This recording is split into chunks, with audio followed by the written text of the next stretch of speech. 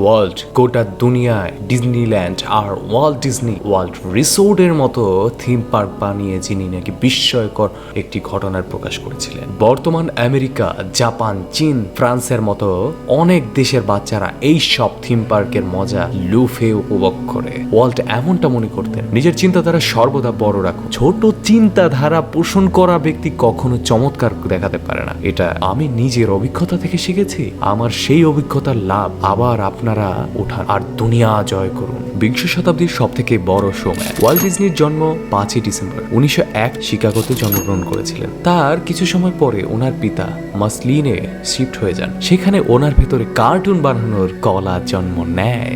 4 বছর মাসলিনে থাকার পরে ওয়াল্ট 1910 সালে নিজের বোন রুথের সাথে বেন্ট গ্রামার স্কুল নামে একটি স্কুলে সিটিতে অ্যাডমিশন নেয়। সেখানে ওয়াল্টের সাথে ফিফর নামে এক যুবকের পরিচয় হয়। তার পরবর্তীতে ওনারা দুইজনে মিলে কার্টুন বানানোর একটি কোম্পানি শুরু করেন, কিন্তু ওনাদের সেই কোম্পানি মোটেই চলে। তারপর ডিজনি নিজের ঢাকার গ্যারেজে প্রথম হলিউড কার্টুন স্টুডিও বানায়, সেটার নাম রাখে Disney brothers studio.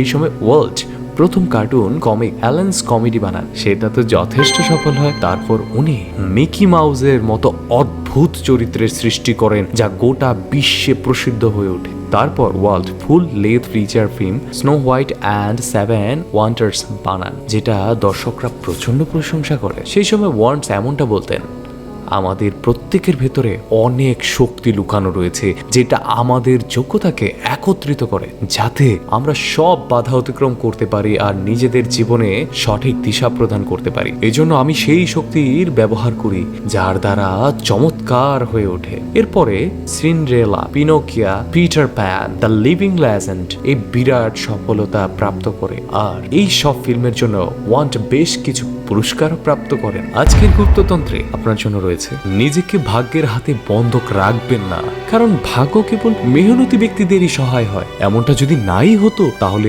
APJ Abdul Kalam দেশের রাষ্ট্রপতি হতে পারতেন না। গুপ্ততন্ত্র আপনার মতো একজন উদ্যমী ব্যক্তিকেই ধরা দেবে যিনি উদ্যমী থাকতে পছন্দ করে। সাবস্ক্রাইব করে রাখুন।